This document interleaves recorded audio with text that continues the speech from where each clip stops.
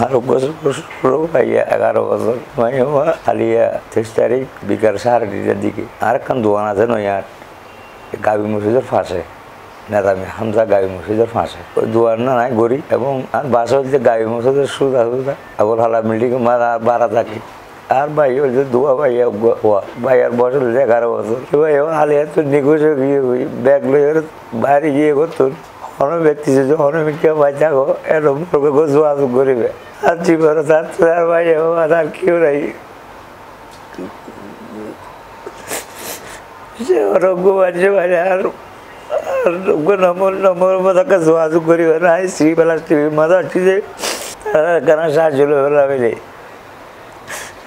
আর যে অনেক ব্যক্তি যে ভাই নিউজ পাই থাকুন আর নম্বর মতো কেন হইবেন